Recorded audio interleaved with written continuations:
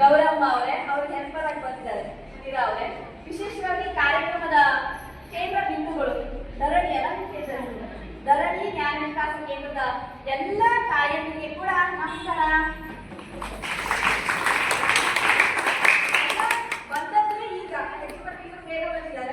ಇವತ್ತಿನ ದಿನ ಶ್ರೀ ಕ್ಷೇತ್ರ ಧರ್ಮಸ್ಥಳ ಗ್ರಾಮೀಣ ಅಭಿವೃದ್ಧಿ ಯೋಜನೆ ವತಿಯಿಂದ ಇವತ್ತು ನಡೆದ ಬಾಗಲಕೋಟ ವಲಯದ ನವನಗರ ಕಾರ್ಯಕ್ಷೇತ್ರ ಧರಣಿ ಕೇಂದ್ರ ವಾರ್ಷಿಕೋತ್ಸವ ಕಾರ್ಯಕ್ರಮ ಉದ್ಘಾಟಿಸಿದ ಜ್ಞಾನ್ ವಿಕಾಸ್ ಯೋಜನಾಧಿಕಾರಿ ಸುಧಾ ಮೇಡಂ, ವಕೀಲರಾದ ಗೀತಾ ಮೇಡಂ ಹಾಗೂ ನಗರಸಭೆ ಸದಸ್ಯರಾದ ಶಾಂತಾ ಹನುಮಕ್ಕನವರ್, ವಲಯದ ಮೇಲ್ವಿಚಾರಕರು ಎಲ್ಲರೂ ಸೇರಿ ಉದ್ಘಾಟನೆಯ ಮಾಡಿ ಮಾತನಾಡಿದ ವಕೀಲರಾದ ಗೀತಾ ಮೇಡಂ ಅವರು ಯೋಜನೆಯ ಬಗ್ಗೆ, ಮಹಿಳೆಯರ ಮೇಲೆ ಆಗುತ್ತಿರುವ ದೌರ್ಜನ್ಯದ ಬಗ್ಗೆ, ಕಾನೂನಿನ ಮಹತ್ವದ ಬಗ್ಗೆ ಹೇಳಿದರು ಮತ್ತು ಸುಧಾ ಮೇಡಂ ಅವರು ಕೇಂದ್ರ ಸಭೆಯ ಬಗ್ಗೆ, ಉಳಿತಾಯ ಬಗ್ಗೆ, ಯೋಜನೆ ಬಗ್ಗೆ, ಯೂಟ್ಯೂಬ್ ಬಗ್ಗೆ ಅರ್ಥಪೂರ್ಣವಾದ ಮಾಹಿತಿ ಹೇಳಿದರು. ನಗರಸಭೆ ಸದಸ್ಯರಾದ ಶಾಂತಾ ಅವರು ಯೋಜನೆ ಉದ್ದೇಶಿಸಿ ಮಾತನಾಡಿದರು ಮತ್ತು ಸ್ವಾಗತವನ್ನು ಸಂಘ ಸದಸ್ಯರಾದ ರೇಣುಕಾ ನಿರೂಪಿಸಿದರು. ಈ ಸಮಯದಲ್ಲಿ ವರಮಹಾಲಕ್ಷ್ಮಿ ಪೂಜೆ ಮಾಡಿ ಎಲ್ಲಾ ಸಂಘದ ಸದಸ್ಯರು ಉಡಿ ತುಂಬುವ ಕಾರ್ಯಕ್ರಮ ಮಾಡಿ ಮಕ್ಕಳಿಂದ ಸಾಂಸ್ಕೃತಿಕ ಕಾರ್ಯಕ್ರಮ ಮಾಡಿದರು. ಸಂಘ ಸದಸ್ಯರು ಮತ್ತು ಒಕ್ಕೂಟ ಅಧ್ಯಕ್ಷರು, ವಲಯದ ಮೇಲ್ವಿಚಾರಕರು, ಸ್ಥಳೀಯ ಸೇವಾ ಪ್ರತಿನಿಧಿ ಉಪಸ್ಥಿತ ಇದ್ದರು.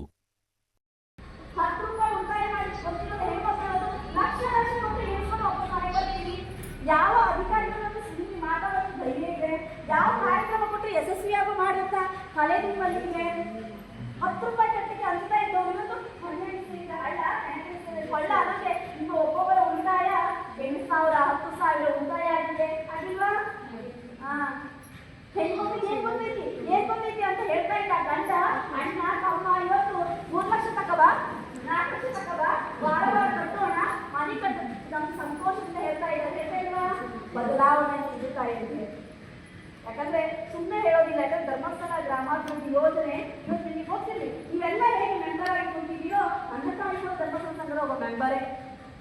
ನಿಮ್ಮ ಉಳಿತಾಯ 20 ರೂಪಾಯಿ ಇರ್ಬೋದು, ಆದ್ರೆ ನಮ್ಮ ತಾಯಿ ಸಂಘ ಮಾಡಿದ್ರೆ 10 ರೂಪಾಯಿ ಉಳಿತಾಯ. ಅವಾಗ 10 ರೂಪಾಯಿ ಉಳಿತಾಯ ಮಾಡಿ ಒಬ್ಬೊಬ್ಬರ ಉಳಿತಾಯ 34,000 ಆಗಿದೆ.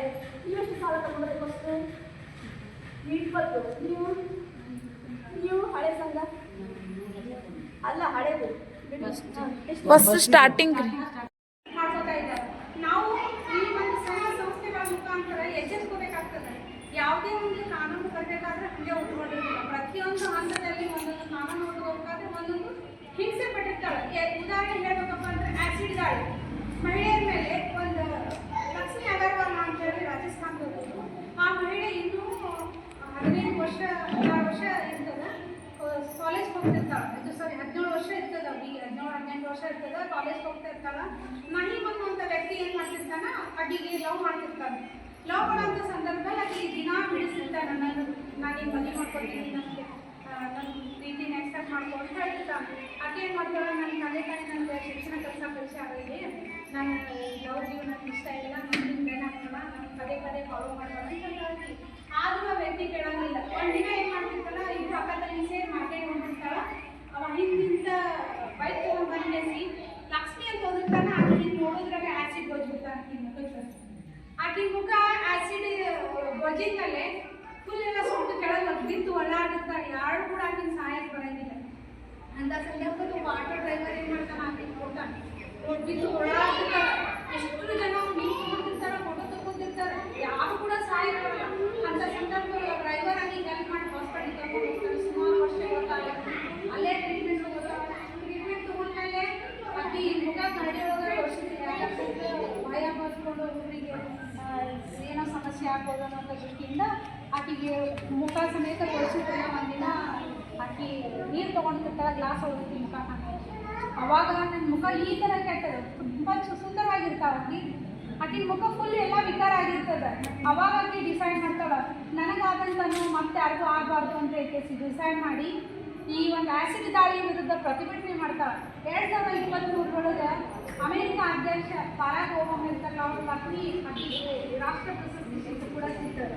ಅವಾಗ ಕೂಡ 2014 ಆ್ಯಸಿಡ್ ಮೇಲೆ ದಾಳಿ ಆಗಬಾರ್ದು, ಇನ್ಮೇಲೆ ಅದನ್ನು 18 ವರ್ಷದ ಒಳಗಿರುವಂಥ ಮಕ್ಕಳಿಗೆ ಯಾರು ಮಾರಾಟ ಮಾಡಬಾರ್ದು ಅಂತೇಳಿ ಕೆಲವು ನಿರ್ಬಂಧಗಳನ್ನು ಹೇಳ್ತದೆ. ಈ ರೀತಿ ಏನು ಬೇಕಲ್ಲೇ ಆ್ಯಸಿಡ್ ಮಾರಾಟ ಮಾಡೋದನ್ನು ತಡೀತದೆ ಈ ಕಾಯ್ದೆ. ಅದೇ ರೀತಿ ಮಹಿಳೆಯರ ಮೇಲೆ ಕೆಲಸಕ್ಕೆ ಹೋಗುವಂಥ ಸಂದರ್ಭದಲ್ಲಿ ಮಹಿಳೆಯರ ಮೇಲೆ ಆಗುವಂಥ ಲೈಂಗಿಕ ದೌರ್ಜನ್ಯ ಕಾಯ್ದೆಯನ್ನು 2017